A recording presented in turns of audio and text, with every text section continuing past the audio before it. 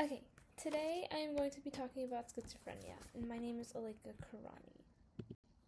So, for statistics, schizophrenia affects about 1% of the global population. So, compared to the other disorders that we were talking about, that is actually relatively pretty rare, and it typically is developing or seen in late adolescence or early adulthood. But there is a slightly earlier onset in males rather than females. And again, schizophrenia is chronic, but it is super manageable with it is a super manageable mental disorder with medications, which I'll get into a little bit later. So, the history of schizophrenia. Historically, schizophrenia was misunderstood, but like the other disorders, we now know so much more about it. So, it was first identified in the early 1900s, and it was misunderstood as split personality disorder, which I'm sure a lot of people have heard of. But the key features of schizophrenia are distorted thinking, emotional disruption, and impaired function. So, a disruption in thought, perception, and behavior. And it wasn't necessarily multiple personalities, which is why they changed the name. So, the DSM-5 diagnostic criteria is that you have to have at least 2 symptoms from the list below for about 1 month. So, delusions, hallucinations, disorganized speech or behavior, and negative symptoms. So, you have to have at least 2 of these for at least 1 month. And this has to be impairing your function in work, your relationships, and your self-care for it to be considered a disorder. Okay, so delusions and hallucinations. So delusions are false beliefs, while hallucinations are false sensory experiences. So let me go through the list of delusions first. Persecutory is this feeling of being spied on, harassed, getting poisoned, and this can always all lead to paranoia. And then grandiose is overinflated self-worth, so it's, for example, someone thinking that they're famous.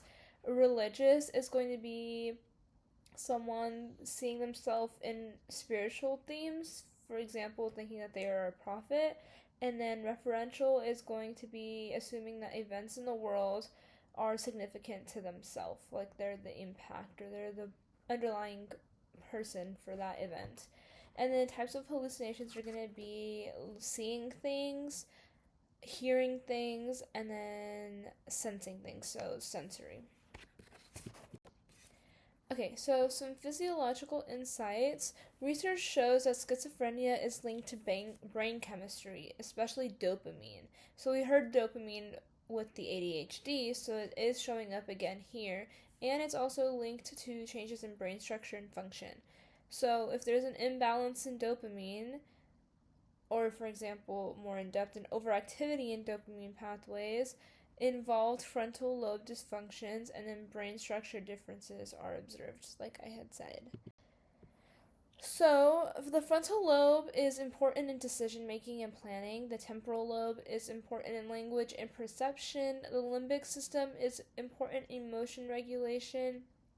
And all of these parts of the brain, these regions of the brain, are going to be involved and disrupted because their neural communication is going to be disrupted to then cause schizophrenia. And I included a little picture on the side, and it shows a schizophrenia brain versus a normal brain, so I thought that was really cool.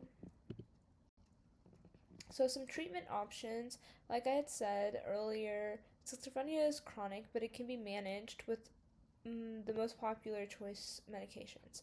So it has to be lifelong. Antipsychotic medications are going to be like the main thing that you have to take long term. A lot of patients do cognitive behavioral therapy, psychosocial help, or in severe cases, hospitalization. So managing the disorder, again, like I had said, long-term treatment is going to be required because it is a lifelong disease. Excuse me. And again, medication is super important to keep making sure that they're taking it. Support groups are always helpful, therapy as well, and then lifestyle stability also helps with those hallucinations and delusions. So living with schizophrenia, as you can tell by the symptoms that I have listed, it is very exhausting. Thinking that you're seeing things, hearing things, feeling things, having these delusions. So it is a difficult reality to live with, and it can be challenging in making relationships work or even just working in general. So a lot of our patients have a social withdrawal, so they're not friends with a lot of people. They tend to isolate themselves, which then can cause emotional struggles as well.